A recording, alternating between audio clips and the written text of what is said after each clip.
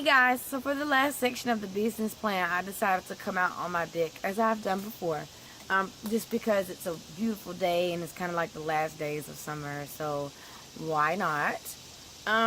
This video took so long because I lost a piece of the last one, the original that I shot. I lost a piece of it, so I had to like film it all over again. It sucks, but hey, what are you gonna do? Okay, so anyway, in the last video, business plan part 3, we talked about the operational plan. We've already gone over your personnel, all the other good stuff that's in the business plan. And this video, we're going to be talking about management, organization, and then the financial. So kind of wrapping it up, and then there's also an appendix at the end. So kind of wrapping it up, and then I'll be done with the series. I'm so excited. So let's get started. Okay, so the first part of the last part of the business plan is going to be your management and organization. So in this, you're going to put the day-to-day operations of the business. So what do you do and how does it get done? You also want to put like your board of directors, your advisory board, anything like that goes in this section. So who's going to be in control of the organization? This particularly goes for corporations. As with LLCs or sole proprietorships, you don't really need a board, but for corporations you need a board. And fact check me, but I do believe you need a board. So boards and corporations, I think, have to meet twice a year or once a year. So you want to make sure you put that in this particular section. There's a whole list of rules when it comes to board of directors for corporations. You would have to check the SBA.gov website or some other resource, because I'm just not sure, as I have an LLC. But you do want to make sure you put the board, who's in control, and how decisions are going to be made in this particular section. This is important because you want to make sure you show lenders who is going to be in control of their money, essentially.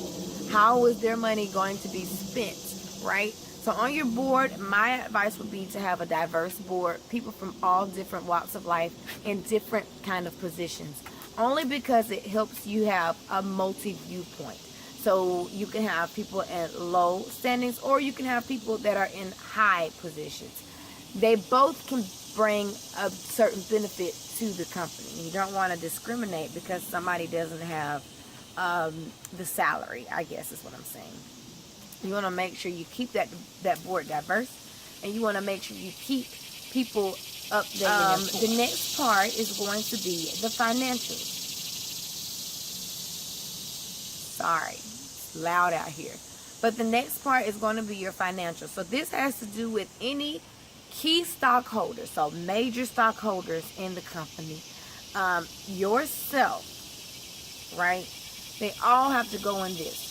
This basically is going to show how much money you have to put up yourself. If you have any assets to put up, that all has to go in here.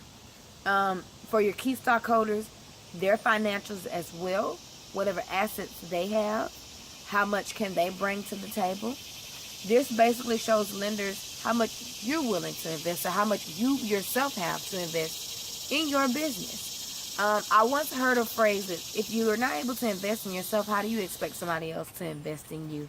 It's kind of like having a dream that you don't want to step out on faith for, right? You want other people to step out on faith for it, but you don't want to step out on faith yourself. So this is the reason why this section is this, because they want to know how much are you willing to give to your dream or your business, what you got going on. Okay. The next section in the financials is going to be the personal financials. So income statements for the past 12 months, balance sheets, you can do cash flow statements. All of that is going to be in this particular section. This basically is going to show how much the business plans to bring in and how much it plans to lose, right? In business, the whole goal is to make more money than you lose, but it doesn't always be like that. It isn't always like that. I'm sorry. For example, statistically, most businesses fail in the first 3 years. So whatever the case may be, some of them just don't make it 3 years. And that can be from financing. That can just be from a bad idea. It can be from bad promotion. It could be a number of things that cause you to have just a very, very, very bad experience in business, which could cause your business to tank, right? If you're not spending money the right way, or you don't have a good plan in the first place, that could potentially be a disaster in the end. You want to have a break-even analysis. That break-even analysis is going to show how much money must you bring in before you reach the amount that you've invested. So if your break-even is $12,000 is the number you have to make before you even see $1 in profit, right? So if I'm in a business for $12,000, then I have to make sure I'm selling enough to at least get the $12,000 back. That's the whole point, to get what you got back and to have a great return on investment, or what we call an ROI. So on that $12,000, you want to make a good return on that $12,000. And whatever goals you have for yourself, that is going to be in financials as well. Because if you set a 15% growth goal, how much more income is 15%? A lot of times, 15% in growth is going to be more costly than maintaining no growth at all. And it sounds kind of crazy, but a lot of times in business, that's how it can go. Other key things in your appendix, you're going to put your graphs. In your financial statement, you're going to describe what the graphs are talking about. However, in your appendix, you're going to plot out each graph. Your income statement, your balance sheet, your break-even analysis, and even your balance sheet. Another thing that I would advise, and these people can also go on your board, and this is just a tidbit, having an accountant, an attorney, a personal banker.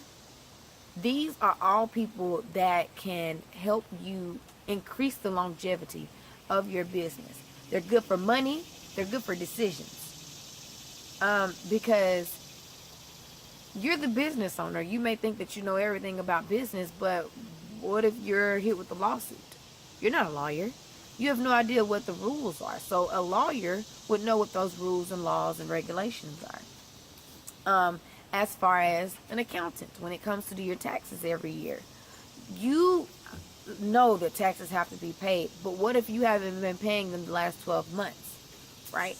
An accountant is going to make sure that everything that needs to be paid, from payroll, sales taxes, federal taxes, unemployment taxes, they're going to make sure those taxes get paid. So an accountant is a very good person to have on hand.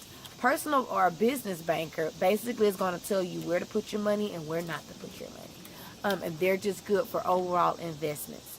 So I hope this helps you guys. I know it was kind of rushed, only because it was such a very, very small section left. There was not much else to do. When it comes to financials, there's not much I can explain, because it really is about graphs and it really is about calculations. And when it comes to your organization and your management, you know who's going to be on your board. You know what their financials look like. You know what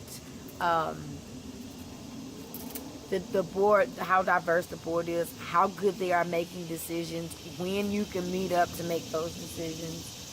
So, yeah, so it wasn't really much left towards the end. The financials were kind of hard for me, only because I'm having to make up a lot of stuff, because I used sales goals. I did use growth goals, so growth in sales for the first 3 years. Normally they do estimate a 4-year income statement or 4-year cash flow. I only did 3, only because we've been in business. I've been open for about 1.5 years, but the first 1.5 years is kind of like me playing around and trying to really figure out, narrow down what I wanted the business to do. So yes, on paper we've been open for 1.5 years, but really the store has only been open since about May, so about 4-5 months, so not that long. But anyway, I hope you guys have a wonderful day, and hopefully I have so much more other stuff that I can finally get out. I will see you guys soon.